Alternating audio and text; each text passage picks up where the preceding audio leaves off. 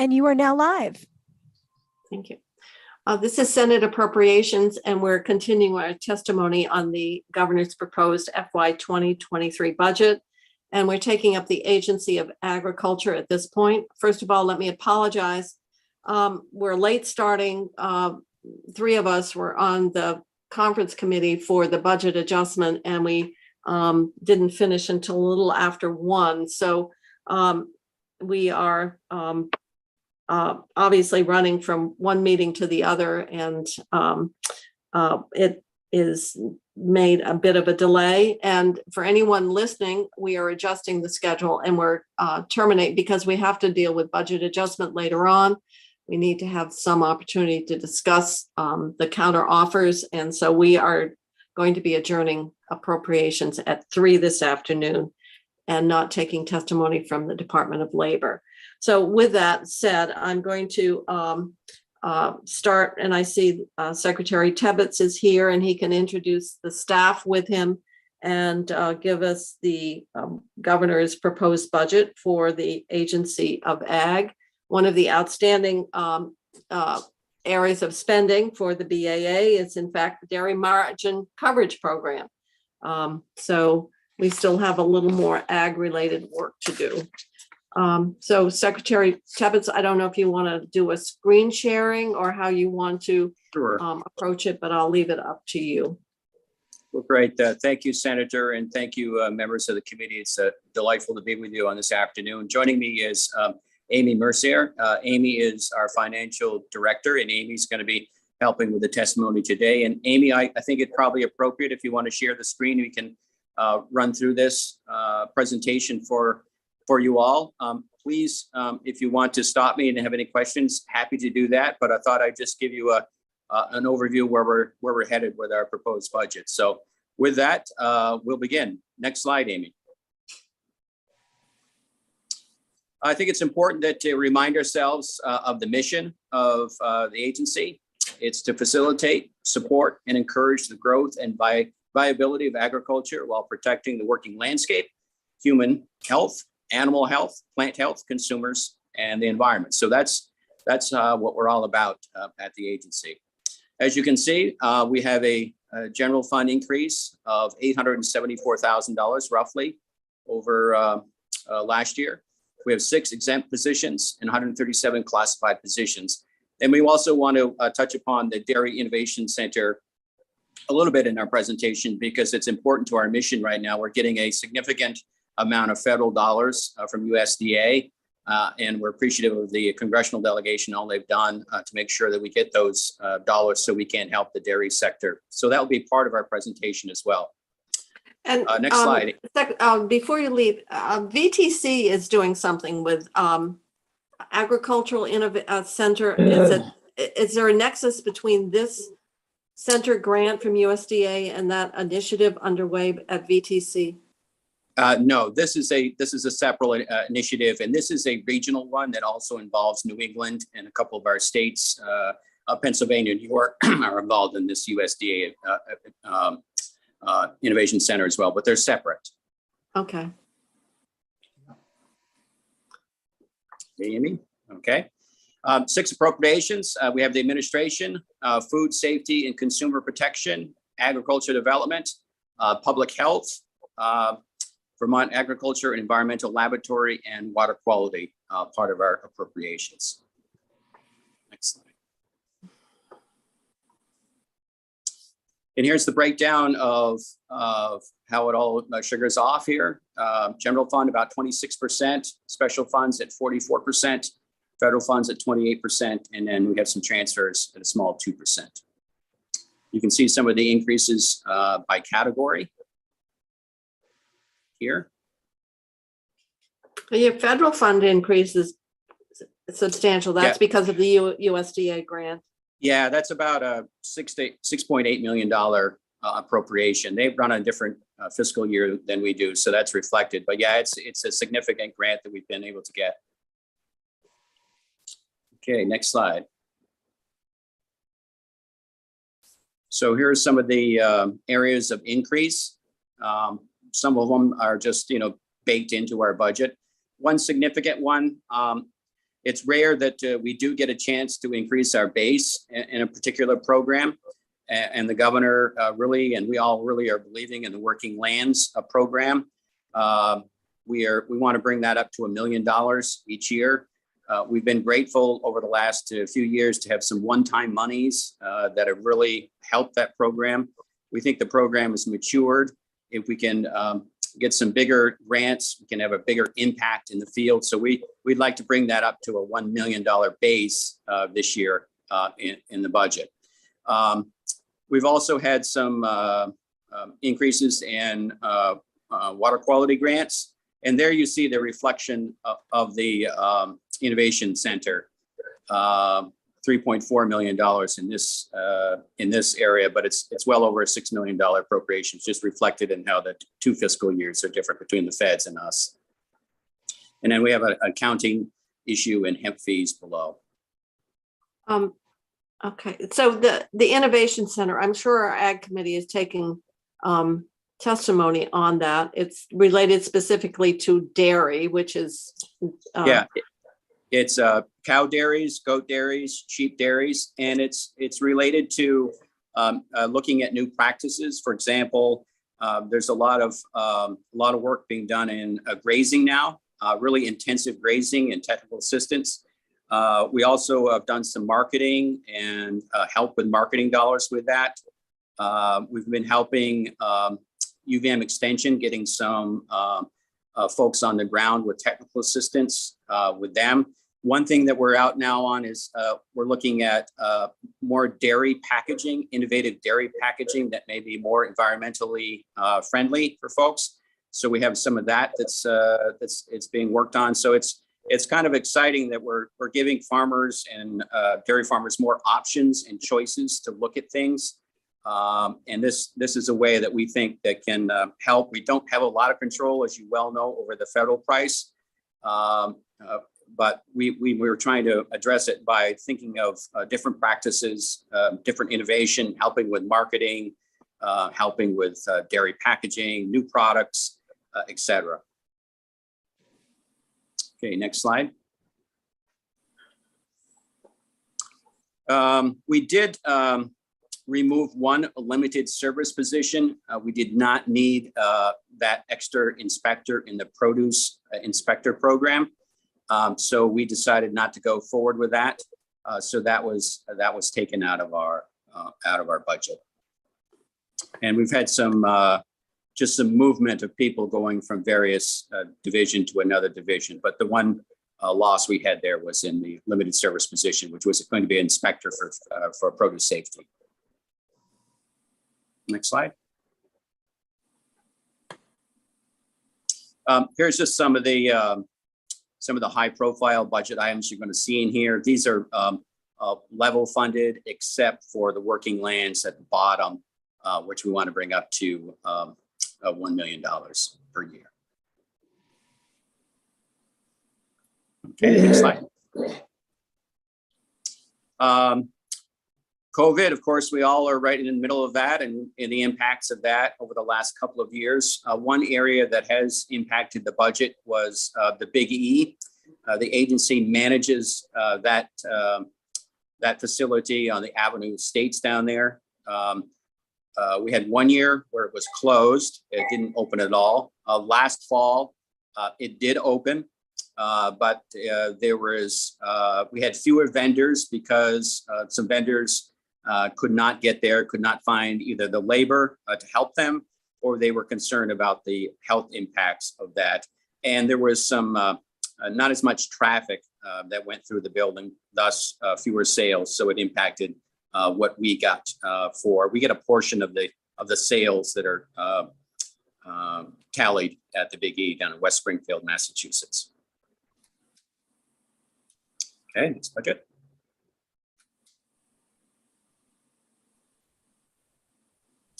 And I don't know if you want to go through the crosswalk here with the details. Here's some of the details for this. Only the big ones. I Okay. see one miscellaneous operating 810,000. We'll leave it up to the House to Okay. get into that Okay. level. Is there anything let's see, some of it is just movement. And so Yeah, it's it's not just an movement. increase, it's just movement. Is there Movement. anything that stands out here that you want to bring to our attention? No, I would just say that the things that, the working lands base budget is important. We've got some one-time monies in the climate initiative. We have a $1 million ask for payment for ecosystems, which is important. And then we have Where, a 5 is million. that here? That's not in, it's not in this one. It can go on to, I think it's the No. next one. Okay, let's move on to the next one. We can find it. Okay, food safety. There's nothing here that's of interest. Basic, no big change here. What are the arrows? What's this? What are the arrows supposed to draw us our attention to something? Amy, why don't you help me with the arrows?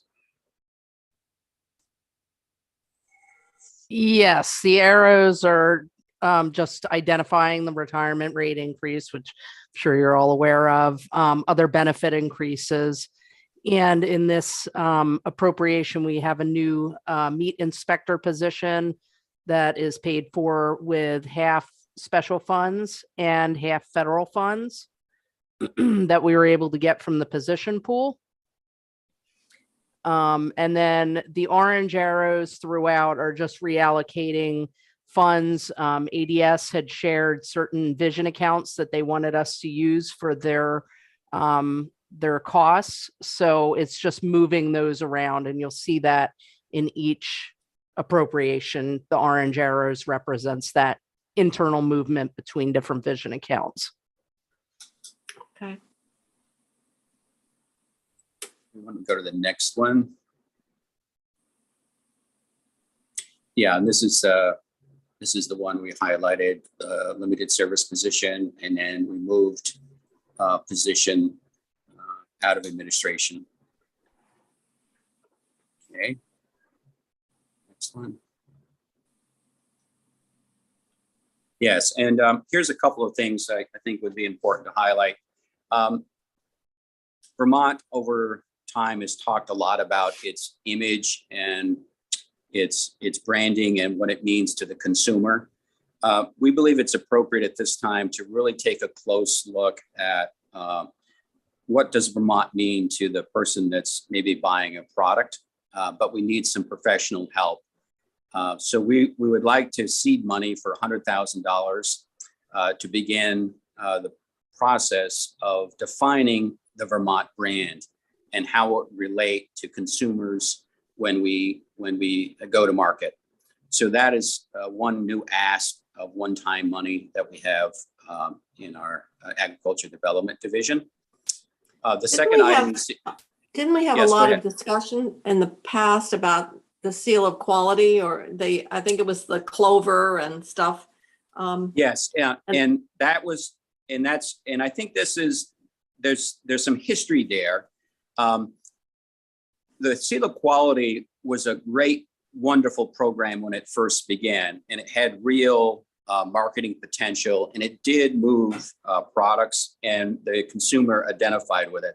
But over time, it sort of became watered down, and it didn't have the teeth that it needed in it, and the enforcement to make sure that that seal was, Vermont approved.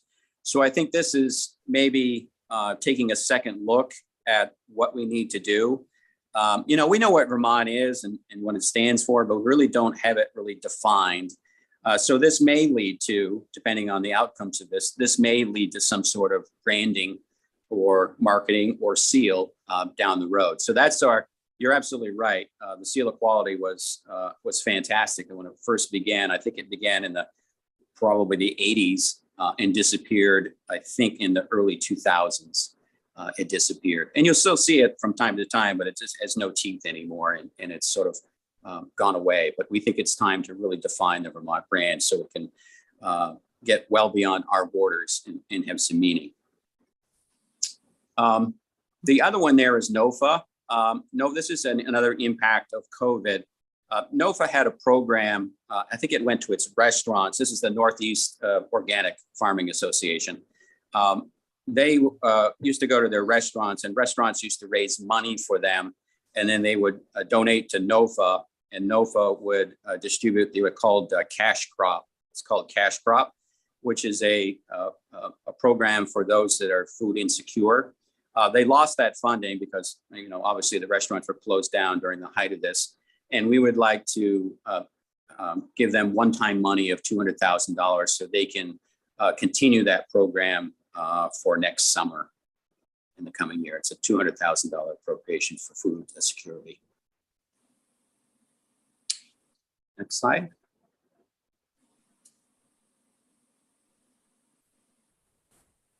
And here is the an overview of the incredible investments that you've all made in working lands over the last few years. It's the one-time monies that we've had, and we're in the process of allocating some more before July, but we've got about, Amy, correct me if I'm wrong, we've got about $2 or $3 million that's already been allocated, approved, and we've got some big decisions to make in the coming weeks about some other allocations. As you may recall, you made an allocation to dedicate some of the dollars to the meat industry, and we've made about $600,000 worth of investments, infrastructure investments in some of our meat processing, and that's going well. When you get into a meat plant, it takes an incredible amount of money to make a big equipment purchase, but we've done that in a few of our programs. We're also keeping a close eye on the federal government. The USDA has a couple of programs that they're working on with, we hope to capitalize on some of that funding that will be coming from Washington as well. And it's working. That's one of the reasons we went to the position pool to get the employee for the inspector. We had more plants coming online, more work to be done. So we needed that position to make sure that we could get more local meat and out into the field. So it's making a difference. It's transforming some of our businesses as we try to make those big time investments that really make it more affordable for them to do business in Vermont and then grow their businesses as well. As you see, the meat processing went for $619,000. You can see those allocations that have done there that have been made, and we've got some more to come. Okay, next slide. And this is the breakdown of the Northeast Dairy Business Innovation Center. We were fortunate in 2019 to get some seed money, and through the great work of the delegation, including Senator Leahy, we've been able to get more dollars. There are only 3 centers. A 4th center is coming online. There are only 3 centers in the United States. One is landed in Vermont. There's one in Tennessee, one in Wisconsin, and California is getting into the game now too. And it's really, it's being returned to the farmer as well. It's been really encouraging for folks to look at new practices and new initiatives, and people are pretty excited about it. Next slide. Here's some of the highlights. And again, this is managed by the Agency of Agriculture, but we work with other states. So some of the dollars are going to New England states and New York and Pennsylvania. As you can see, the breakdown here. We've got food safety improvement grants. Those are really important. You talk to any business, they're really concerned about food safety when they get to market. We're doing some packaging innovation grants, as I mentioned, and then some farm and processor innovation grants as well. And this covers all dairy, including goat and sheep. What are packaging innovations for those of us? Well, yeah, so there might be, if you wanted to say that you wanted to get away from plastic containers and you wanted to maybe look at something that might be a little more environmentally friendly, but you need some technical help or some assistance or some engineering. It could be a new label, how to improve your label so it stands out in the marketplace. Those type of programs, and it takes considerable amount of money to get those initiatives underway. Okay, next slide. So we actually have the money. We're spending it already. Yeah, we have the money, and we will continue. It's a grant that's it's non-competitive now. So as long as Congress continues to fund it, and I believe it's in the next round, in the next budget, as soon as they finalize it in Washington as well, the funding is there for another round. So this is with us for another few years for sure.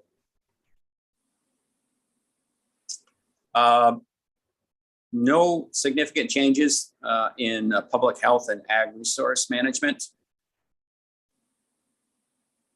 Pretty much status quo.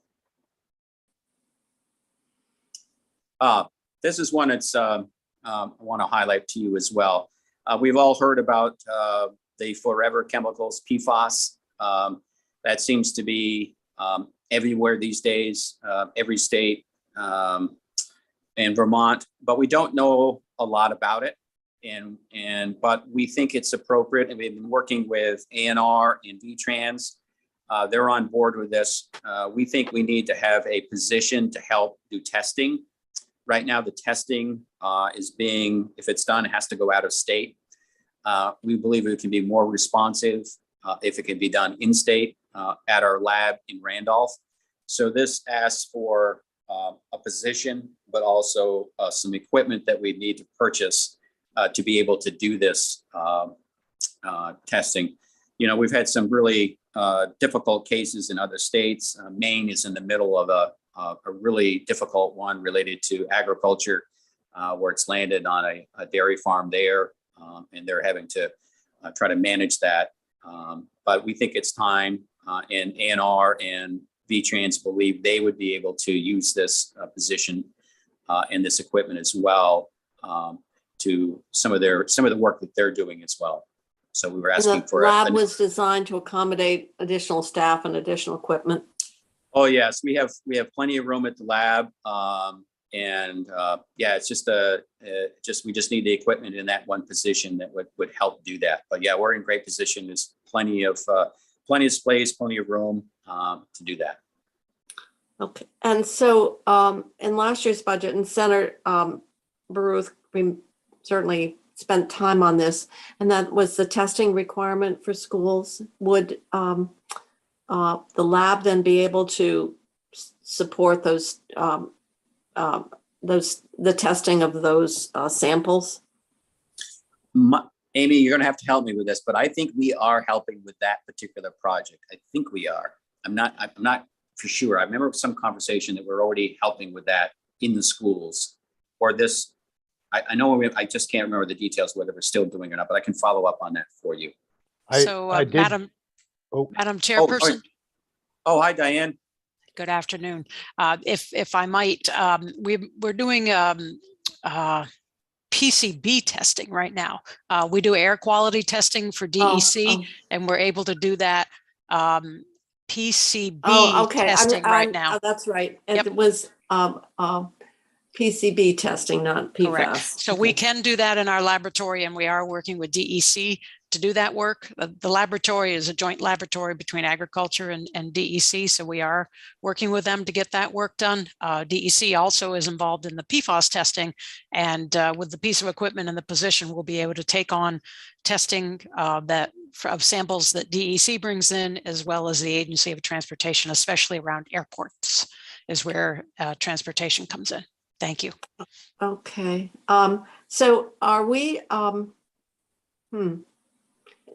in the aggregate, then we're doing more testing, or are we bringing in-house testing that we would normally have to contract out? My understanding is we have to send it away, right, Diane? Correct, but we also put a small amount of budget in our budget to do agricultural testing for PFAS. We haven't done much of that yet, but there's concerns that we may need to do more. So we put a small amount of money in our own budget. It's under the farm appropriation for a small amount of money to be able to do some testing there. Okay, so we're actually increasing our testing volume and bringing it in-house. Correct. Okay, next slide. Okay, this is one-time money again, the payment for ecosystem services. You have funded this in the past. There's been a working group over the last couple of years, and they're getting to a point now where they believe they're going to be at a pilot program. And this is looking at actually rewarding farmers for practices that improve the environment. And this appropriation ask is for one-time money for $1 million. And I think they're probably another year away from, implementing something on the ground, but they've got a working group that's really been trying to figure out the process of how this would work, a model that would work, that would compensate farmers above and beyond the current required agriculture practices. So this is one-time money. Do you anticipate that this would require being built into the base at some point in fiscal year 24, 25? I think this is one thing that when they finally issue their report, we'll have a real understanding of if the pilot works, what the model would look like, what the financials might look like, how many farmers might be able to participate and how that would work. Yeah, so I think it's too early to say definitely, but I think it's, you're correct. It is, we are heading in that direction. If successful, this could be something that could be another part of our water quality budget. Next slide.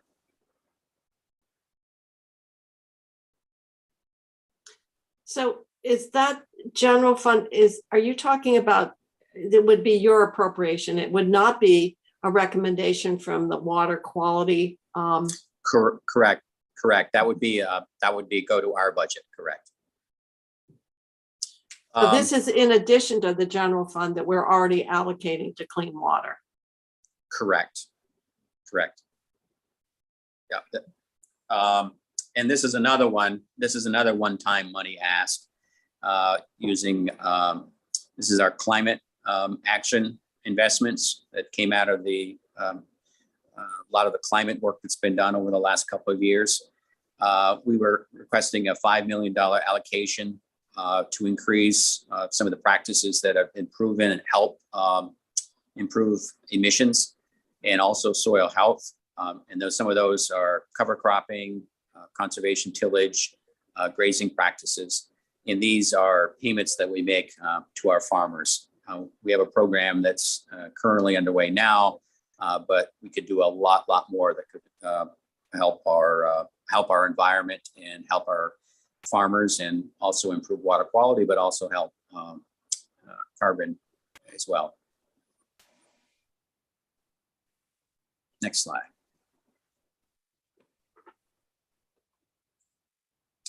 Here are some of the performance measures that we use. Care to do any deep dives in those? We have one here is food safety, consumer protection. We continue to, there's good stuff that's happening out at meat inspection. We continue to see more and more things come online, which is encouraging. So there's some of those. Next slide. License registration, animal health. What's cool? Cool is the produce program, right, Diane? Country of origin labeling.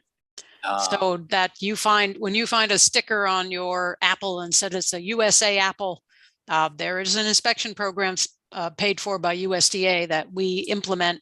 Is it true or not? So this really is federal cool. funding. Correct. Yeah. Yes. Okay. The sticker on our bananas and all that you aren't supposed to put into compost. Correct. Yes. Not many bananas from the United States, but the apples and other things, but yes. Mm-hmm. Bananas are a tough thing, boy, to do with that. All right. What's this one? Okay, cool. We got cool. Next one. Produce program.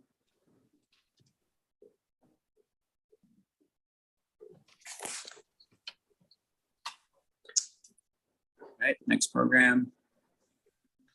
Well, we'll let Bobby's committees Okay. focus on Mosquitoes. We don't want to forget about. arthropod habitat. Oh, goodness. Yeah, no, we do it all at an agency of ag, I tell you.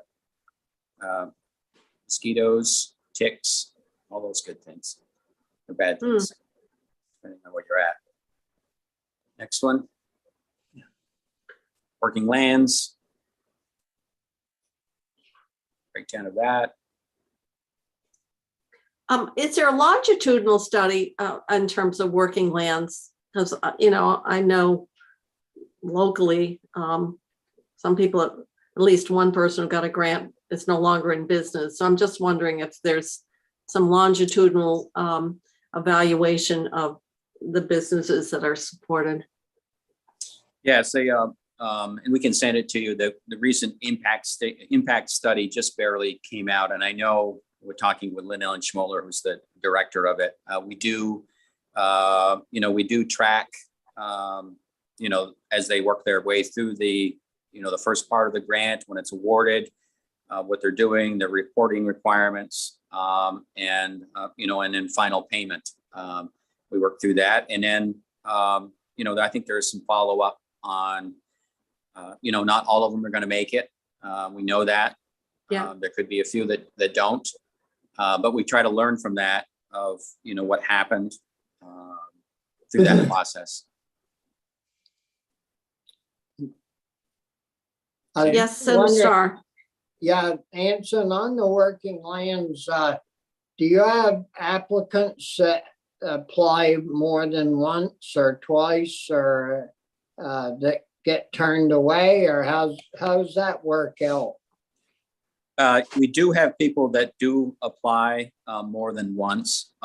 Lynn Ellen has done a fantastic job of following up.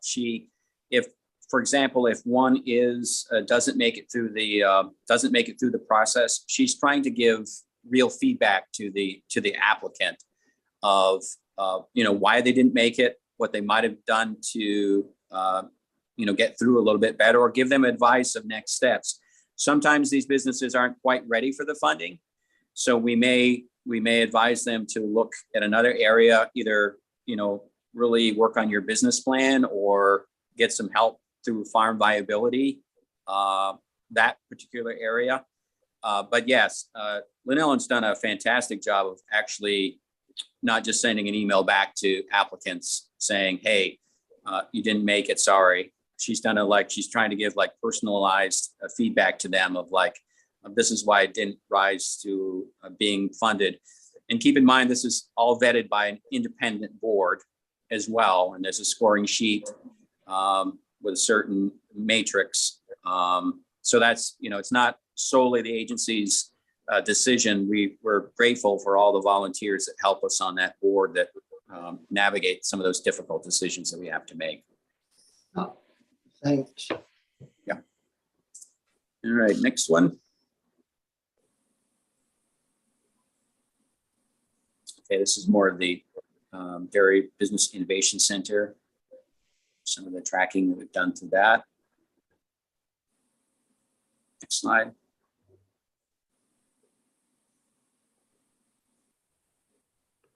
And we also get involved in Act 250 with soils and stuff and mitigation. So we have an employee that's dedicated to that as well. All right, next slide.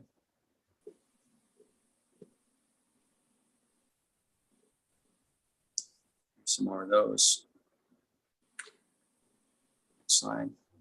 Anson, I have a question. Somebody asked me, we're seeing a proliferation of small businesses, that seem to they're on Facebook, and you can order your meals and take out. And would any of those have gotten, well, the question I got was, are they collecting sales tax, the meals tax, and are they subject to state inspection? And I realized that would be a Department of Health would do that.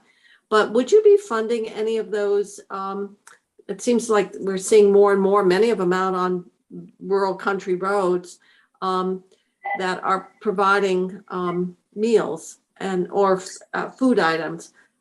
Would Working Lands be funding any of those types of business startups?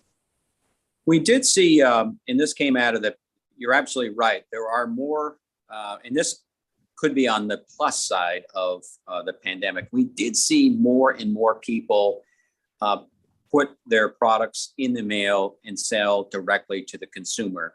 And we did fund, if you go to the Dairy Innovation Center pocket, we did fund some cheesemakers who had to transition from selling most of their cheese either in restaurants or institutions, but they had to transition to sending it via e-commerce. And there was great success with that.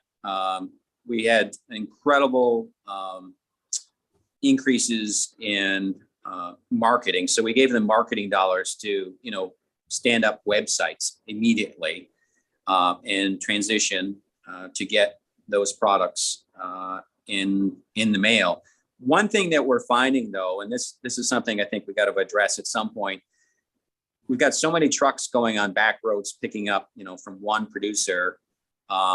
Could we have more of an aggregate place that's off some of our bigger routes? So Farmer Joe could bring it to this spot, and then it could all be distributed out a lot quicker. So I think we've had that discussion, whether it's meat, cheese, produce, all that kind of stuff. We need to have some aggregate centers that can do that, because one producer is doing great sending, like, believe it or not, meat in the mail around the country. But they're having a challenge of, having the UPS truck or the FedEx truck having to go on the back road to pick it up every day, or not every day, but every couple of days a week. So I think we got to work on some of that stuff. But yes, we have funded some things that have helped people with e-commerce, whether it's in the Working Lands pocket. I'm not sure if we've done any Working Lands in that area, but I know we've done some in the Dairy Business Innovation Center when the pandemic hit. We were able to get a few grants out quickly to help them go to e-commerce. We've got another issue is we don't have a dry ice manufacturer in Vermont. And I think there's been some work on trying to get dry ice so we can pack more material and get that out. For example, we have people that are sending ice cream in the mail now, high-end ice cream. So I think, those type of things are happening, and it's all, the consumers, there's consumers that just want convenience now. And they want it delivered right to their door, and they want it fresh. And so Vermont stands good to deliver on that if we work on the infrastructure a little bit. No, I was thinking like blue, except they're prepared, Blue Apron type, and even delivered to your home. We do have one that we have a startup. I had a meeting with about a month ago, and they do have that model. It's not necessarily fresh food, but it may be Vermont products like jams and jellies, and maybe some meats that have been cured, maybe some maple syrup. And it's like a subscription box, basically. So every month you get a box of 7 or 8 Vermont products in the mail. There's a few models of that out there as well. Here's some of the carry forward materials.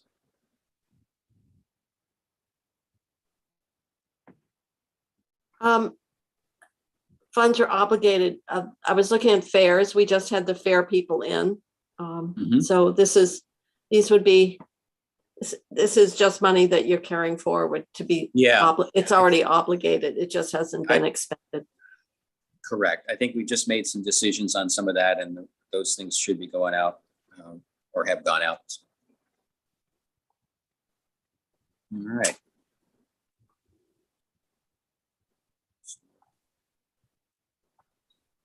one-time appropriations. 15,000, that's one of them. 15, am I reading the zeros right? That's correct. This is a grant to VHCB. Oh, Diane, that one is probably, that one to help with the technical assistance on getting the money we had out the door. Then we send some money to them to help us with the Yes. grant Mhm. applications. Yeah. So we have a grant agreement. They just haven't billed us. So waiting Um, to pay. And this was as of July of last year. So some of these may be to zero. So it's been a while. But that's We when we did- have to do the reporting. Okay, so at our public hearing, we did have testimony, and I'm looking down at soil conservation from the soil conservation districts and the request for base funding as well as some one-time funding. Was that request, would that have come to you as part of your budget development process, or how are they currently getting state funding now? And did they make a request of the administration that was not reflected in the governor's proposed budget? They did make a request, Madam Chairperson, so there's multiple ways that the conservation districts receive funding. So there's in statute, there's the Natural Resource Conservation Council, NRCC, and then there's the conservation districts. They're separate and distinct. So the NRCC exists in state statute. They receive $112,000 from us each year. The majority of that passes through to the conservation districts. Both entities have come to the agency for clean water funding. So grants for them to do outreach to farmers. So those are the ways that funding has been going to the Natural Resource Conservation Council and the conservation districts. So they do receive funding. I know that we were asked a very similar question by House Ag, and we have a report of all of the funds that they receive through our water quality granting, and I would be glad to get that to your committee as well. But it is in the millions that they receive for water quality work that they do for the agency with farmers in Vermont. It is not specifically for base funding. It is for do this project, get the money, not specifically keep the lights on specifically. So base funding versus grant funding to complete projects for us would be a distinction. All right, Senator Starr, you're talking, but you're muted. Yeah, thanks. I think they're requesting base funding, and I'm wondering if the chair's question was answered correctly, because I felt or thought that they had requested some base funding from the agency or from the governor's budget that they need. So, yeah, they get grants from you folks to perform duties on clean water, but it was their base funding that they were requesting about $1.6 million or $1.3 million or something on. Yeah, that was not a part of the agency's budget. No, we're not. We realize it's not. My question was, did they request money as part of the governor's budget development process? Yes. And they did. And Yes. it was not accepted. It's not reflected in the governor's budget. Correct. Okay. So that's sometimes people would say, no, we didn't make the request. And other people said, yes, we did. And it's not in here. So we want you to put it in as you do the budget. Okay. Well, Senator Starr, your committee will be taking a look at that. Yeah, The one thing that we're still very cautious about, and that's why I'm asking questions about these grants, or the expectation that at some point it's going to fall into ongoing base funding, is our current environment with, $10 billion of federal funds have really distorted the state revenues for a temporary period of time. But when that unwinds, as the economists call it, we're talking about base increases of about 2%. So the more expectation or the more one-times and how much we accommodate in the base has got to be sustainable once we get out of this kind of one-time, revenue infusion here. So that's going to be our challenge. So there was a request for base funding. All right, Senator Starr. It would be good to know when the last time their base funding was increased by the agency, because it seems like it's been years, but it would be nice to know that. Would you know that answer, Anson or Diane? We certainly can get to you that, but I would say that this is the first year that I think I've come to you, and I'm pointing to the working lands as an example where I've asked to increase the base budget of something. It's been pretty consistent over the last 4 or 5 years that, we just haven't been in a position, unless it's one-time money, to make investments. So I think it's you're probably accurate that we have not increased the base budget of that program in a long time, but that's not inconsistent of other programs that probably have been in the same boat. Yes, on one of the slides earlier with the high priority items for the agency that are general funded, and I guess Amy's going to go back to that. These items have been, there you go, Amy. Those are our general funding levels. They have been static for many, many years. And this year we were able to go on the working lands from 594,000 to 406, adding 406,000 to get to $1 million for that granting paid program. All those others, fair stipend, 2+2, thank you, Senator Starr. Last year, we got an increase of 18,000 to the base funding for the 2+2 farm scholarship program. And then farm to plate's been level. The Natural Resource Conservation Council, that's been at 112,000 for quite a few years. I'll go back and look of when that last changed, but I think it wasn't an upward direction. I think it was in the bad times for general funds, and it probably got trimmed, not added to. So I can go back and find that data of when, but these have all been static for many years, unless, we're very pleased to see up 406,000 for working lands, and very pleased in past budgets, Senator Starr, for your assistance with the 2+2 farm scholarship program. But these general funding levels have been static for a long time. Yeah. So what we had was a request, and it came from the conservation districts. They want, I guess, the Conservation Council then moves out the 112 to the districts. That's what you said earlier? Correct. Okay, so 112 to 1.5 million is a fairly significant increase. Correct. Yeah, all right. Well, if you don't ask, it doesn't get considered. So it's been asked. Other comments or questions? Do we have more slides? I don't. I think we're at the end. I think we're pretty much at the end. Amy's going to go. I know there's a big one that says questions. I think that's the last one, but I don't think there's any. Okay. Rest of it. Yeah, there's the. Yeah, it's there. Yep. There's a beautiful products. Look at that. Then I guess if we're through the slides, we can take down the screen sharing and see what the committee might have for questions.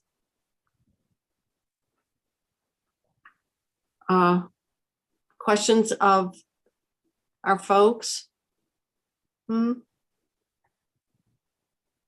Yes, Senator Starr, you're muted again. Yeah, every time the phone rings, I have to mute myself. It's been crazy today. I was wondering, the 2+2 program seems like I got a letter from VTC last week from Pat Moulton saying that the freshman class was going to be suspended. Have you at VTC because of I don't know. They want to sell the cows and revamp things and, do you know anything or heard anything about that?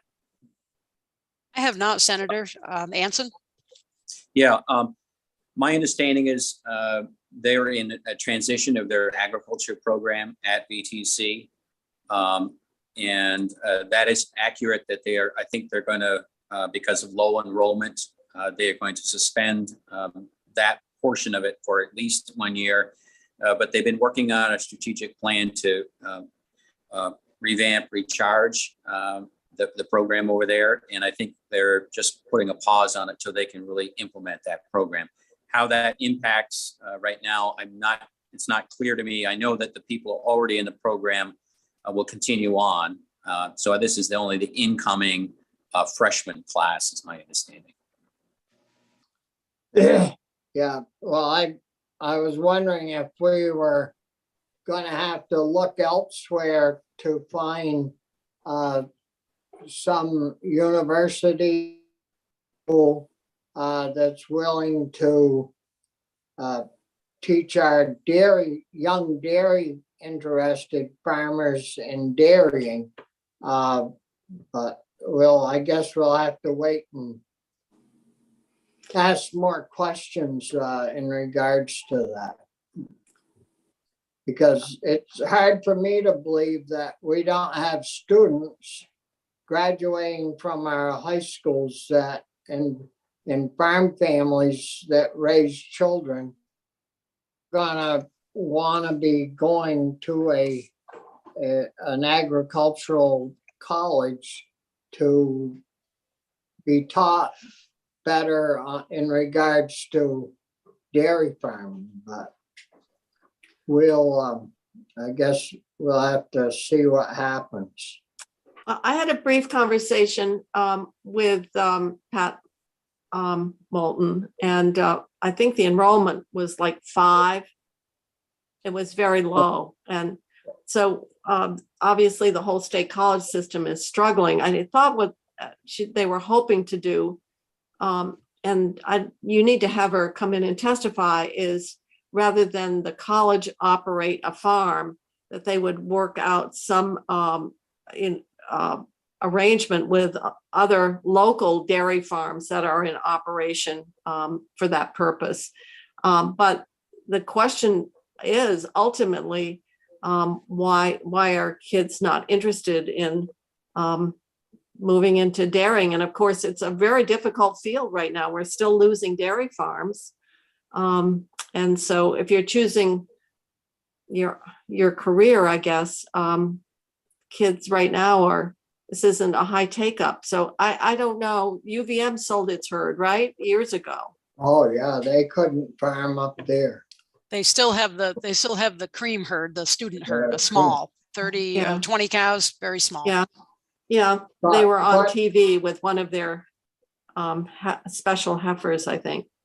But if you check at UNH, Cornell, Cobleskill, they all take Vermont students. And so my question is, if we've only got 2 or 3 or 5, how come we're missing these other students that are going elsewhere to ag schools and not trying to promote and keep them home, especially with a scholarship program that we've got, that we've provided for years? I'd like to know who's doing the recruiting more than why we only have 5. My question is, well, where's the recruiter? Who's doing the recruiting? And because we know we have students in these other ag schools and they aren't staying home for a reason. But anyways, just thought I'd ask. Well, it's interesting. If you can get your tuition paid, why would you take, and some kids may just want to, I don't know, maybe we should, are you suggesting that we not limit it to VTC for the first 2 years and bring them back for the last 2? Well, I think I think we've got to see what BTC is thinking and who they've got recruiting. I mean, it's fine to job these kids out to the neighbors that farm, but it still isn't like having your own operation to run. And like UVM has them for those little rich kids that bring their horses and take the dairy program so they can get into vet school. But I don't think there's too many Vermont kids in the cream program.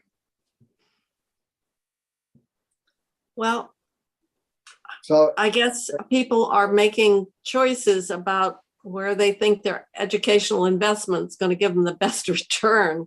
I don't know. I don't think we actually have a locus of responsibility to recruit kids to go into to ag sciences any more than we do any other. I don't know. Rich, can you speak to that for VSAC? I mean, well, we the only areas we've done is when the legislatures put a focus like on nursing or those. Critical occupations. Yep. yeah.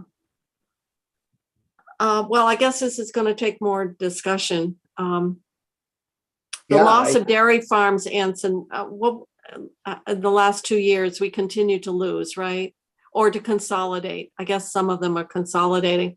I know Kempton's and Peacham, they do no milking now. They just raise the heifers for Walt Gladstone, who's got a huge, one of the larger milking herds, certainly on the east side of the state. I'm sure Addison County's got some that are probably larger. I'm not sure. So you're seeing some change even within that dairy arena, and it's consolidation. I don't know if you would call that going out of dairying. What you're doing is going into just certain areas of the dairy. Yeah, in that particular case, the Peacham farm is specialized. It's going to raise all the replacement animals, the heifers, get them, and then when they're appropriate to be milked, they'll go over to the Gladstones. So that it's just a different model. He's raising all the, and now on the other side, the Gladstones no longer have to raise all of their replacements. So both remain in dairy. It's just one is not milking. And we've been over to Peacham a few times, working with that core group of farmers over there on different models, and some of it's getting towards retirement. They've got to figure out what the next step is. So there's a lot of that. It's a complicated, like all our issues. They're all very complicated and many layers, and there's no one easy answer. But we continue to try to give farmers the best options and support that we can under the difficult situations with people wanting a cheap food supply. That's part of the equation as well. Efficiencies. We've seen consolidation in every industry in the United States, whether it be media or telecom or whatever. It's just one of those things, and I don't know how to really fix it easily. But I think if we just continue to give people options, choices, and support where we can, maybe we can help a few places. Senator Westman didn't want to carry on milking.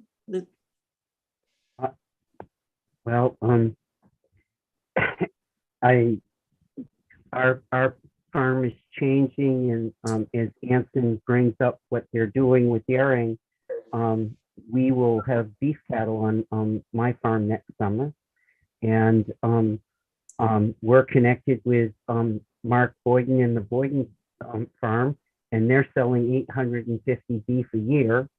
And we will pick up cattle at about 800 pounds. And in the fall, when they're at about 11 to 1,150 pounds, we will send them back to Boyden for them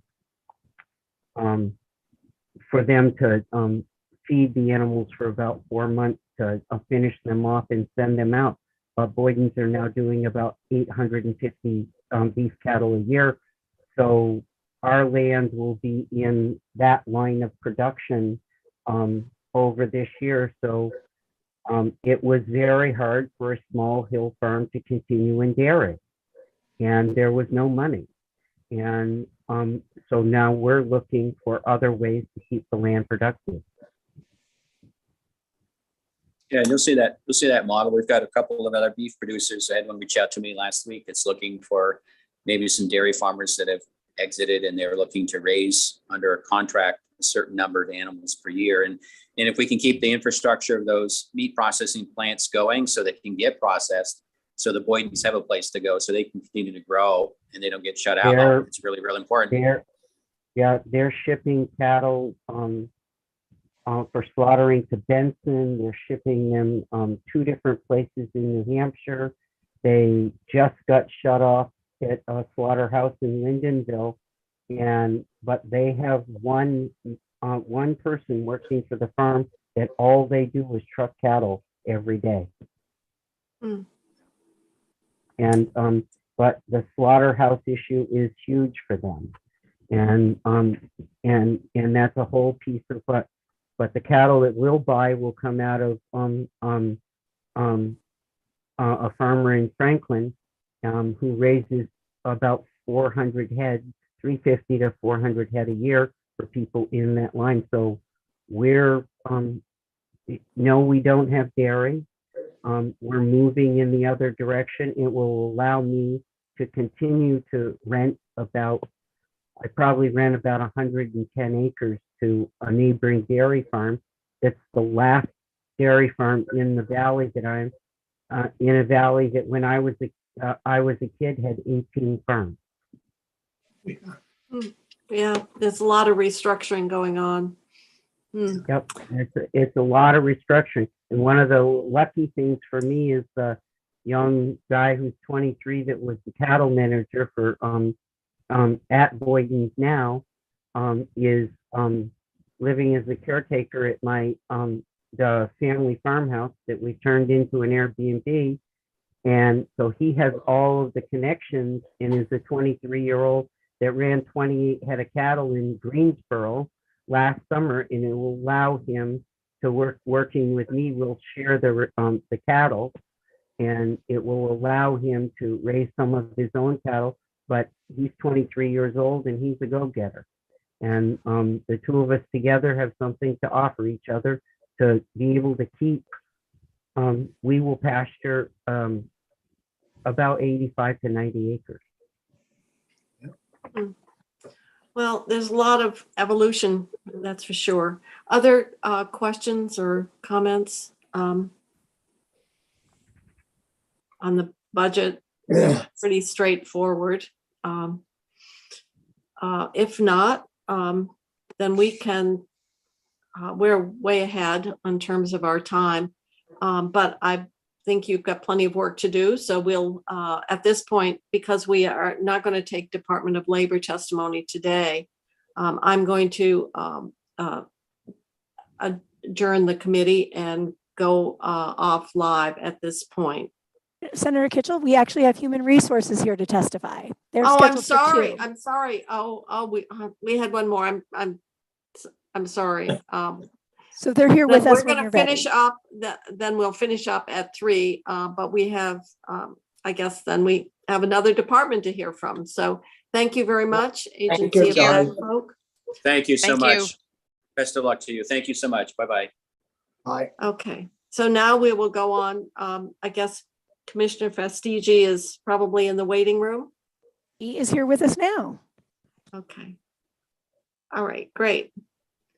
So we're on to Human Resources, and we have the commissioner with us. I don't know, I can't see on my iPad screen. Do you have other staff with you, Commissioner? Yes, hi. If you want to introduce the staff you have today.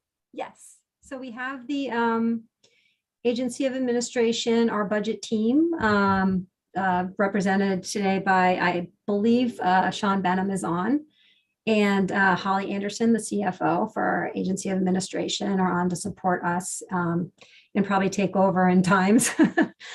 with some of the details. I have Nikki Fuller, who is DHR's brand new deputy commissioner. She's been here for a couple of weeks, but she's an experienced HR leader and also an expert in diversity, equity, inclusion. And I'm really happy to have her on board.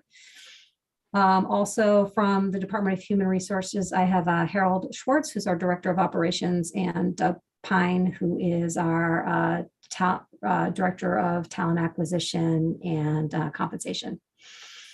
Oh, okay. Well, we're going to get started. First of all, welcome, Nikki. I guess this would be your first appearance before Senate Appropriations. And so we're glad that we are one of the first committees that would be able to welcome you to this position. I'm sure that there is a lot to be done, and so glad you're joining the staff.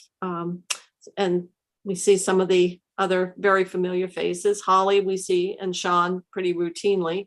Right. So with that, I guess I don't know if you want screen sharing or how you want to proceed, Commissioner, but I'll leave that up to you. Okay, if you like screen sharing, I can pull up our budget book. I've got that ready. Let's Okay. see.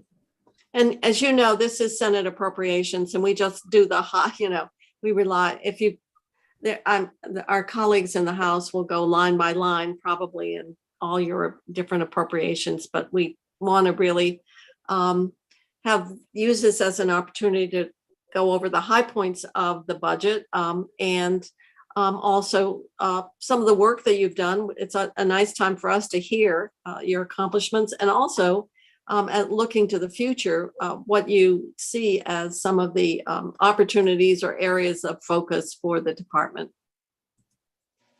Great. Okay. And I would say probably having Nikki on staff is indicative of some of the work that you've identified as really important for the state of Vermont. So, but want to hear more about that. Great. Okay. Let me give the screen share a try and see how it goes. Let's see, share. And this is let me try to get that a little smaller so it fits completely on the screen. Yep, that's, You can see just a little bit. How about that? That's it. All right, that's our budget in a nutshell for this year. Let's see, hold on. You know that we're the Department of Human Resources, and we've got a pie chart at the bottom that shows kind of how our money is divided up. We're mostly funded through the human resources for various internal service funds. We're asking for actually a relatively large increase this year. It's an 8.3% budget increase for fiscal year 23. And the majority of these items counted for an increase in retirement contributions. Also, reversal, I'm going to say, a past staffing by filling vacancies. We have a staff of about 101, and we've had to hold 6 positions vacant for the whole year in fiscal year 22 in order to make our fiscal year 22 budget, which with all the pressures that we're facing now, it's really an untenable situation. My team's really stressed and I have to start filling vacancies. So we have been filling vacancies and we've had some turnover. But we just really need to continue to staff up and have the staff we need to do the positions. And it was fine, when there was a hiring freeze and in the middle of the pandemic when we weren't sure if we were going to be able to, what was going to happen for 23. But that's something that we really need to handle. You're talking about, you said 6 out of 101. So that's about Yep. a 6%. Yep. But normally, just with normal turnover, 3 or 4% is. Yep. That's what we're trying to get back to, having a more Okay. normal vacancy savings, so that I don't basically, anytime for the past year, anytime a position came vacant, we had to kind of wait and then look at all the rest vacancies and see what was the top priority to hire right then. And then, the departments that maybe weren't doing this work that would have seemed as urgent, but still equally important, might not have been able to fill their position. So we could, let's say, fill a recruiter position or something like that. So you're actually you're recruiting for all your vacant positions at this point? Yeah. Or you would, if we are now. We for the first half of the year, we held a lot of vacancies, and now we are recruiting for all of them. And then, yeah, as you know, we're mostly, right, well, maybe you don't, but 80% of our budget is basically the cost of our personnel. We're not granting out money to anybody. We're, kind of doing the back office of state government, and that's kind of what we do. It's very people intensive and people oriented. Some of the work that we're going to be doing, or that we're working on now, we're continuing on classification system modernization. And I expect Senator Kitchell may have some questions on that. But where we are right now, last year, the legislature gave us $150,000 to continue with our work. And we are in the process of putting out to bid our classification modernization project. Once we get the bid results, we feel like that $150,000 will be enough to get us started. And then we expect that we probably will need more, but would be in our fiscal year 24 budget or in budget adjustment, because we don't know what that is yet. Until we have a successful bidder, we won't know our budgetary needs. Okay. And we'll also have a big human capital management system upgrade. You may know that as VTHR, but it's the whole back office of our of how we do business with our payroll. It's our employee records. It's how we manage our benefits. It's all in that system. And so we're working on a big upgrade of that right now. We got money in the last budget to do that. So we're in the midst of project planning and getting that ready to go out to bid. And we've done a lot of work to support the pandemic efforts as well.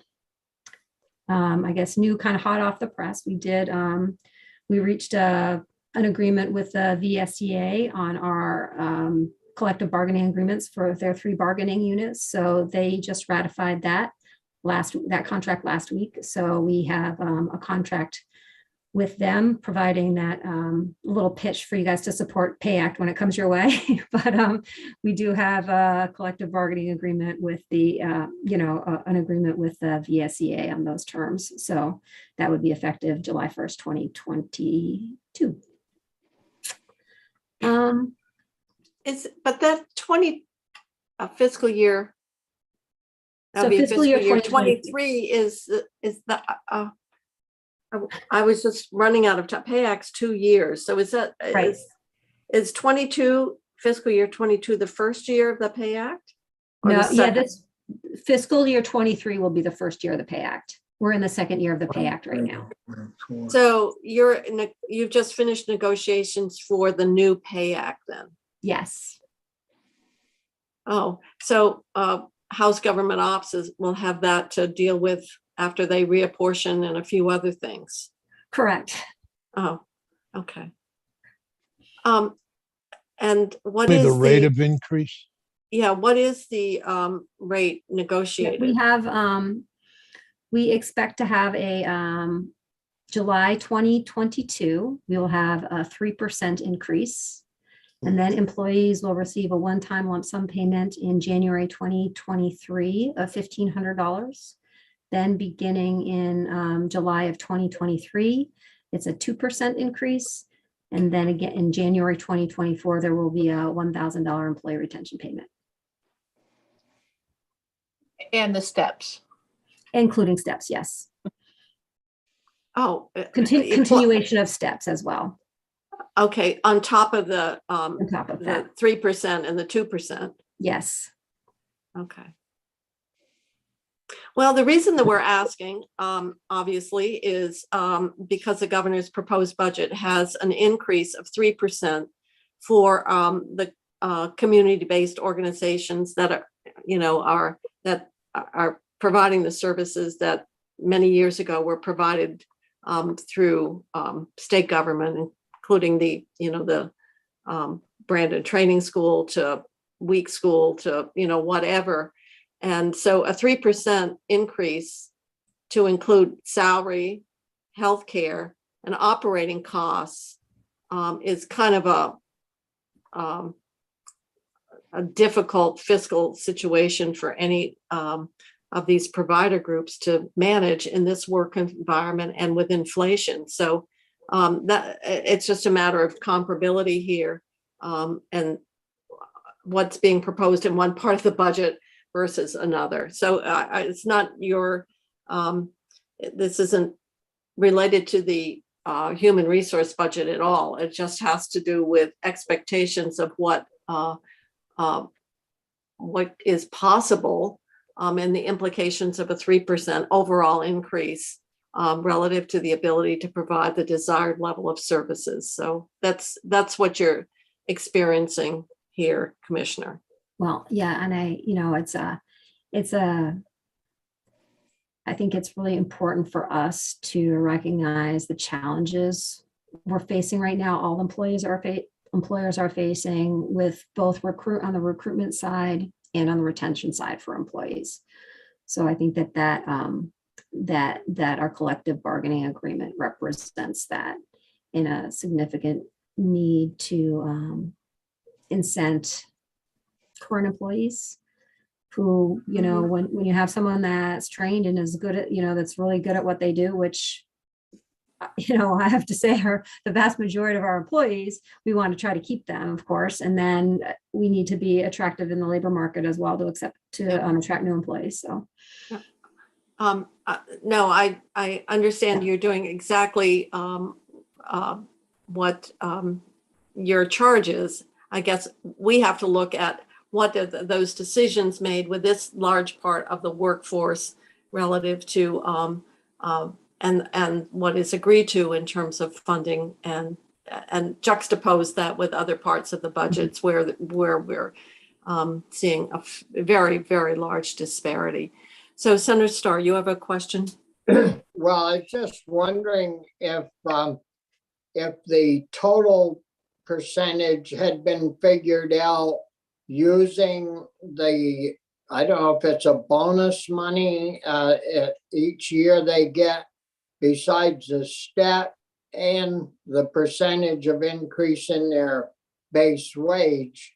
Has that been totaled out to any type of an average increase? Do you know in overall? Because the bonuses, of course, they're just one time, so they don't, so they're not, they don't go into kind of the growth and aren't included in kind of the base, the budget base each year. That's a helpful thing, but I think that will be in Pay Act. That will all be part of the Pay Act package. I don't know if Harold has anything to add on that, if he's still on the call, if he can speak to that, but I'm not sure that we would have anything to talk about today there. Well, I don't have anything to add today. I can get a number that's like an average of the percent increase, with the percent increases at some point in time. I did want to mention that the Vermont Troopers Association is still being negotiated. So that's part of the Pay Act also. So not all the Pay Act figures have been figured out yet. Okay. So I was just wondering what that would add up to. If you've got your step in, your 3%, you've got a step increase, and then you have the bonus, and what percentage that would increase, a middle range employee's salary overall. I mean, I know it's only one time the bonuses, but still we're paying that out. So it's money that, would that equal 4%, 5% increase, or where would we be? I can say the average value of the steps is 1.9%. So we're talking about a 4.9. So that's a 4.9 plus those lump sums. So it's a 4.9. Now each employee does not get a step for every year. So that when an employee gets a step, their step increase is actually more than 1.9%, depending on where they are in progression. So the newer employees will get raises sooner, trying to bring them to the higher, pay grades sooner than a more seasoned employee that's been there for many years. Yeah. Well, somewhat helpful. And that, problem. those are just salaries going to the employees. Correct. Our DAs, they were only given 3 for everything. And Well, I that's, as you can don't see- think the commissioner is here to defend that No. 3% increase. But we're just looking at comparability. And this is a budgetary concern that we have, obviously, because those agencies are in the same recruitment environment that you're talking about and how it's addressed. But I'm suggesting we kind of, before I get my migraine comes back, we Well, I don't open up want other to, questions. Senator Yeah, Sears? yeah, I don't want to increase your migraine, Madam Chair. But I would like to understand these increases, how they fit with the money in the Budget Adjustment Act for the corrections portion of the bargaining unit, as well as the veteran, I think it's the veterans home. And Those there are may have one been time, another.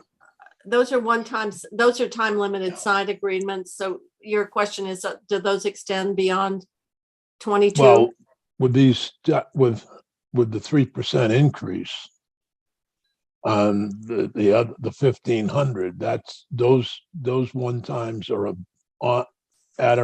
are not included in this number. So will they receive, when the corrections and the veterans home, and there was one other, I believe.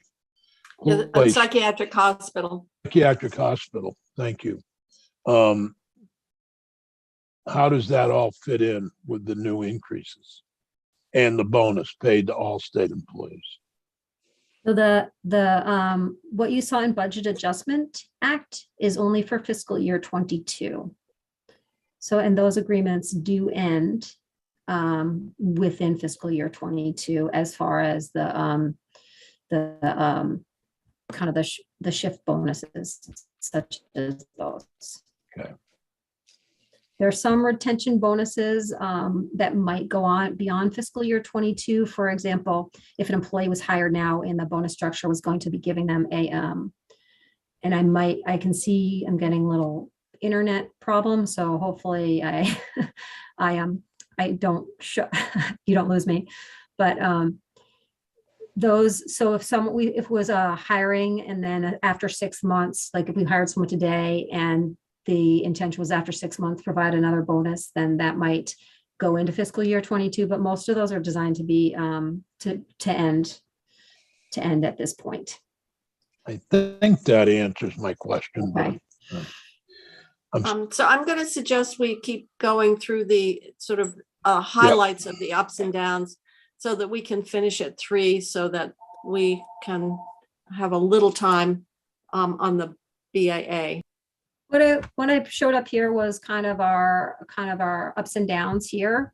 And the reason why I wanted to pull it up, I just wanted to show you our big ups and downs. I think I already mentioned one of them was the changed position savings. So this $299, $300,000, that was basically moving the difference between that 6% vacancy rate to a 3% vacancy rate. So trying to fill our vacancies.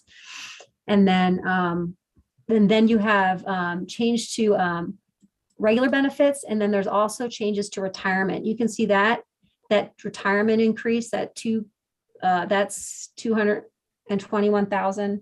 That's about a, correct me if I'm wrong, that's about a 2% increase of our overall budget. But that accounts for a big portion of it. It's just the jump in the retirement. And that's just, due to paying off the liability there. So we have that. You can see the change to retirement was a kind of one of our big hits, as well as this charge right here, which is increasing third-party contract and legal services, which is our memorandum of understanding with the Attorney General's office. We were paying this amount before in the past, but we weren't really calling it out in our budget. We're just absorbing in our budget, and we wanted to call that out. So those other budget items where we're kind of getting the money from weren't feeling that pressure.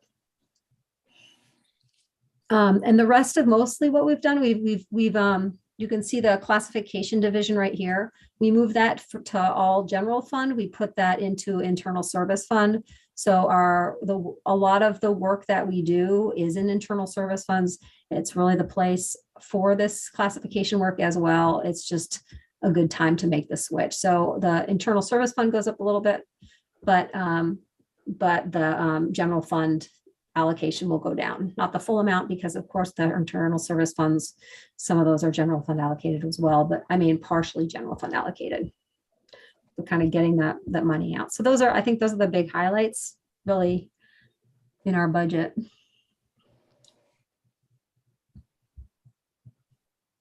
We have three budgets. We've got what we call our human resources operations budget, our VTHR operations, which is the system that does the payroll and others. And then we have a health and wellness budget as well. So three components to the overall budget. Then with the biggest being the HR operations budget, which is 10 million, 10.9 million. And then the HR operations budget, VTHR, which is a $2.5 million budget. And then our health and wellness budget, which is, that's the $1.7 million budget.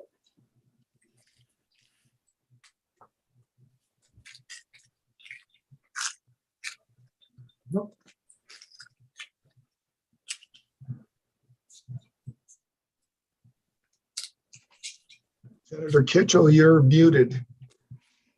You're muted, Jane. It's muted because I was eating a Ritz cracker for my lunch.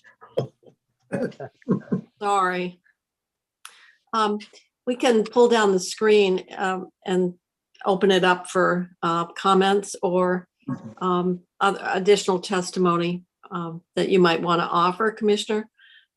We certainly know pensions are up there. Last year, the review showed that we needed to make some major adjustments to the ADEC because of the assumptions made, both in terms of return on investment, but also some of the demographics and other assumptions. Right. And we know a 5-year period of time is too long to be doing in between these reviews. And so this last year, I think it was one-time money that was used, and this year it's being built into the base. So that's just a little past history, and I see the administration has made a point of trying to highlight what is the impact of those that pension scenario. Other questions that anyone would want to offer? So yes, let's get back to the classification. We're still under Willis, which has been around a very long time. So do you want to give us an update on where we are in terms of getting our classification system modernized? And there are so many steps in Willis. And then, of course, you get a request for reclassification. And so it's a really complicated and antiquated process. So if you want to just give us an update on that. Yeah, so the situation right now, I think, as this committee knows, because you've been following it pretty closely, is that our classification and compensation systems are completely intertwined. And part of the process of getting, our classification system is tied to our pay charts, is tied to our collective bargaining agreements, and that creates issues when you're trying to make changes. So, for example, the Willis system, as Senator Kitchell mentioned, was we brought it into the state in the 1980s. It was state of the art at that time. It since is unsupported. So with newer types of job classifications, we just don't have the system that we have doesn't have a good way of identifying and what kind of slots to put this in, and just the whole transformation of classification over those years has changed. So we need to have a modern system, but in the same sense, our classification system now is tied to a pay grade. So we see a lot of people wanting to change the employee classification, but really what they want is to pay pay a group of people more for that work. Maybe the work hasn't changed, maybe it has changed, but either way, the job classification should be tied to the work and not necessarily the pay scale. And so we want to move into a system that's more modern, that uses what would they call job families. So you might not have the same pay chart for people who are working in healthcare as you would necessarily for people who are working in corrections, as you would for somebody who's working in administrative type jobs. So you might have various pay charts, but to get to that endpoint where we want to have a modern classification and compensation system, there's a lot of steps that we need to go through, and we need to work with our labor partners to get there. So the first step right now, and we worked with a consultant to try to kind of map out which stages come next. So right now we're in the process of finalizing where we want to go. That will go out to bid. We hope to get at least a couple of proposals, and that can kind of map up our process for the next year. So the first step there would be looking at all our job classifications and trying to move from our 1,800 plus, maybe a little under 1,800 to move. We'll get those down to a more manageable amount. And so we would do that. And then the next step would be putting those into job families. So there's a whole process that we're trying to work through, and it's a multi-year process. And we've been working on it for a couple of years, but at least we feel like we now have a roadmap. And hopefully by next year, this time, we can tell you some more progress that's been made. Well, we will be awaiting update. Other questions? Maybe this is a chance for Nikki to give us a little background about her experience and coming into state government. I assume you weren't in Vermont state government before this, but just if you would talk a little bit about yourself. It'd be nice to meet you. I wish we were having to do this in person. We're going to come back maybe March 8th. That's the plan, but just want to get to know you a little bit, even though it is remotely. Okay. Well, hello, everyone, and thank you for such a warm welcome. As you know, I'm Nikki Fuller, and I consider myself sort of a Vermonter. I've been here for nearly 30 years. So I've been here a very long time. And so I know what it takes to be a Vermonter, but they still just won't let me call myself a Vermonter. You know how that goes. But I've been here a very long time. I've raised my daughters here. I have two lovely daughters that I adore, who are both, one's in grad school, one's in college. And work-wise, when I first got here, I started as a law clerk in the district courts at that time. And then I was in private practice for a little. I was a public defender, so I actually worked in the state at the time. And so I've run in some of these circles at different times. And then I was an assistant city attorney for the city of Burlington for nearly 12 years. So again, ran around in some of those circles that are state government. And then I went over to the Burlington School District and was executive director of HR there for 7.5 years. A lot of work, and decided it was time to make a move. And then COVID happened. And so it was, and I had a kid looking at college, so it was a perfect time to do that. And then after that, decided now it's time to look for work. And fortunately, I found Beth, and Beth found me. So that's my work background. And that's the rest of the story. Yeah, and that's the rest of the story. Well, thank you, and welcome again. Other questions of the folks from HR? Okay. Well, we still are working on the pension bill, and hopefully can get that squared away and get our fiscal house in order. I think the one surprising thing in all of this is recognizing the fact that we have healthcare benefits retirees that we have never pre-funded. It's just hard to imagine, both for teachers and state employees. And if we can finally get ourselves so that we are pre-funding and getting the benefit of the investments and capital gains and so forth, and get just out of this straight pay go, we will be light years ahead. But it was quite, I knew that we had underfunding, but I didn't realize our healthcare benefits were underfunded to a greater degree for state employees than their pension.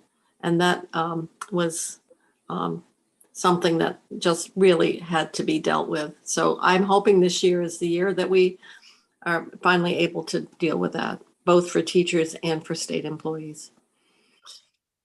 So that's all, I think, unless I don't see any other hands. So we're going to thank you for your testimony and for being here today. And I am going to adjourn the committee this time, I think legitimately, Chrissy. You are correct. Okay. All right. I was doing it a little prematurely while you were in the waiting room. So we're going to